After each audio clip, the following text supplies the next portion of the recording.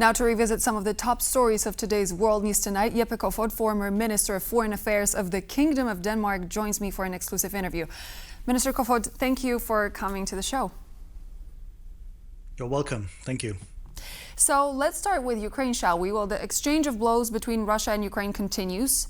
Meanwhile, Iran gets involved. We heard from Iranian Foreign Minister Abbas Araghchi, who said, and I will quote, "Zelenskyy has attacked an Iranian commercial vessel, killing a sailor, a blatant UN Charter violation done at Israel's behest to drag Europe into its war." In calls with EU High Representative Kallas and Foreign Minister Lavrov made clear that what the freeloader in Kyiv cannot go unanswered.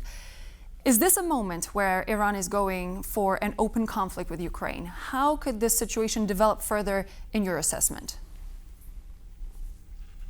Well, it's known that Iran and Russia is working closely together. I also saw some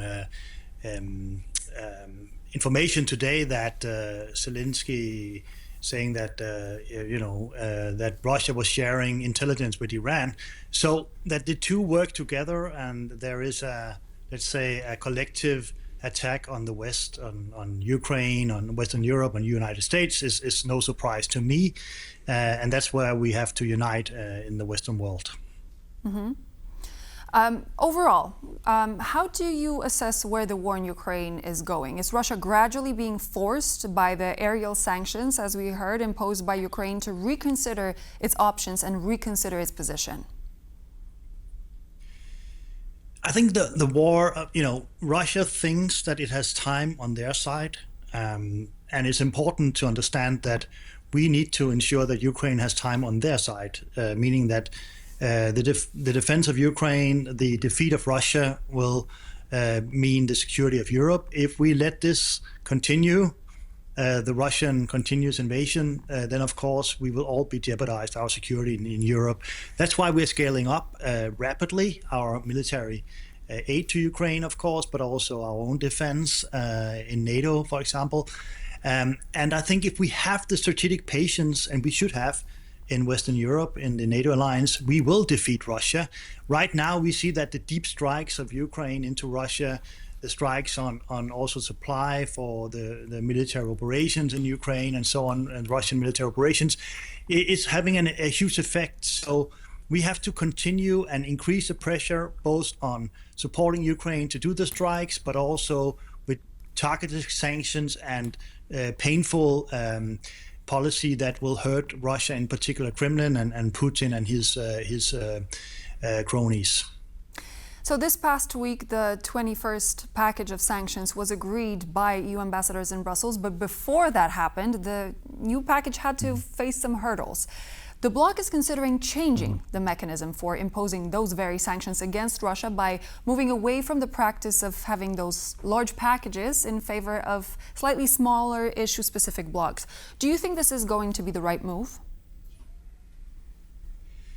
I think the point about sanctions is it has to go and be comprehensive. It has to be sanctions which are rapidly deployed, which is quickly hurting the Russian economy and the political establishment in Kremlin, and Putin in particular. So it has to be targeted also with individuals, with entities. And I mean, so far, I think it's around 2,500 entities and individuals that has been targeted by sanctions. And it also has to hit their economy, especially the shadow fleet, the Russian oil production. All that is hurting a lot. So that's what we have to continue to do. And also implementation is very important. We see, unfortunately, not always a very efficient implementation. When I was foreign minister, we also adopted a lot of sanction packages. But I must say that the implementation globally is not so efficient as we could have wished for in Europe. You said implementation globally, but this new approach, does it prove that the EU bloc is actually having problems when it comes to achieving unanimous goals? Does this show a rift?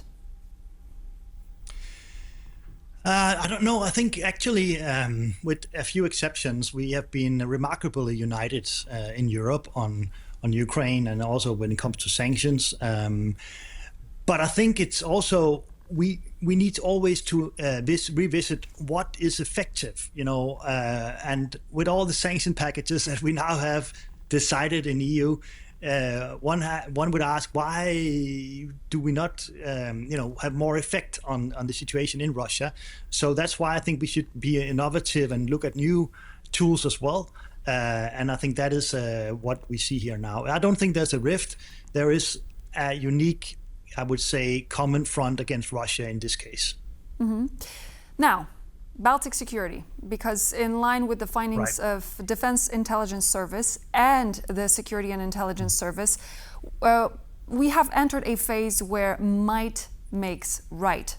Does the EU and the Nordics have the might to counter the danger posed by Russia, especially within the Baltic Basin? Well, I think we are under threat from Russia, of course, in Ukraine, and the Ukrainians are fighting not only for their own security and freedom and independence, but also for the security of all of Europe. The same in Baltic Sea, the same in the High North, the same in the Mediterranean Sea as we see it. We are under threat from many fronts and sides, and Russia is literally involved in most of this. And therefore we have to, of course, rearm. And I think, for example, Poland has done a remarkable job scaling up its defense spending as one of the fastest in Europe, decoupling its energy connections with Russia in the early stage. I think the rest of Europe should have done the same, follow the Polish example much earlier. And also we see now, that we are rearming, reassuring our eastern flank, and that we should do even more. And on top of that, I see no reason for not also trying to reassure our nuclear deterrence in Europe. So the initiative with France also and the United Kingdom, which are the two nuclear powers, to ensure that we are all together in NATO when it comes to deterring our territory from any attack. And if we stand together, and I think it was good, the summit in Istanbul, where it was clearly stated in the communique that that one attack on one NATO country is an attack of all of us. Article 5 is there.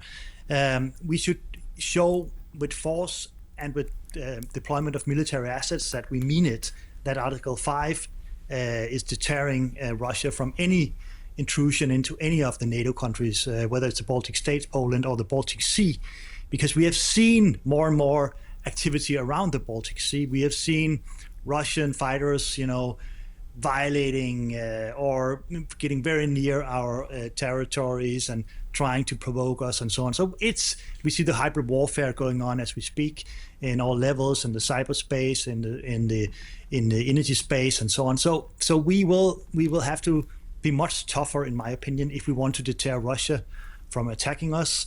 And listen, it's actually also much more efficient. Deterrence, whether it's costly right now, it's much more efficient and also less costly in the longer run if we deter a war than fighting a war. The economic and human consequences of fighting a war, we see that in Ukraine, you can argue we see that with Iran as well, is huge. So let's scale up deterrence, be ready, and ensure that Russia will never, ever dare to attack any of our territories. And now the last question before we go. Upon his arrival in Turkey for the NATO summit, US President Donald Trump declared on Tuesday, July 7th, I remember that day, that Greenland should be controlled by the United States. Where is this row now? And where do you think this is going to go in days, perhaps weeks and months to come when it comes to Greenland and the relationship with the US?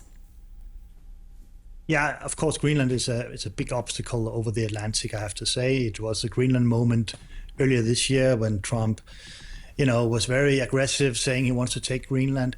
Listen, Greenland belongs not to the United States or to the Kingdom of Denmark. It belongs to the Greenlandic people. It's their own right to decide their own future, its own right to live in a sovereign country. And nobody else shall negotiate over them or take them over. And I think Europe stood together earlier this year in a remarkable way, rejecting Donald Trump's attempt to take Greenland. But he will continue to do that because I think he believes that he wants Greenland, and it's good for his own reasons. And I think we have to be prepared for claims like we saw during the Istanbul NATO summit, and we'll see that also in the coming months under Trump presidency. But I think the point is we have to scale up in the High North our NATO presence to ensure that we deter Russia that we also are able to compete with China, that when a whole new sea is opening up in the Arctic Sea, it's the first time in our recent history we see a whole new ocean opening. We are there, we are prepared, and we are defending our security. Then the argument from United States side or Trump side to take over Greenland will be less justifiable, I think. Mm-hmm. And this will be our final message for this show. Minister, thank you so much. Jeppe Kofod, former Minister of Foreign Affairs of the Kingdom of Denmark, was my guest. Once again, thank you. Thank you so much. Thank you for being part of this. And so this would be all the latest news for now. Thank you so much for joining me. I'm Klaudia Czerwińska, and I hope to see you back here on TVP World very soon for a portion of some of the latest news and features. But until then, have a good one.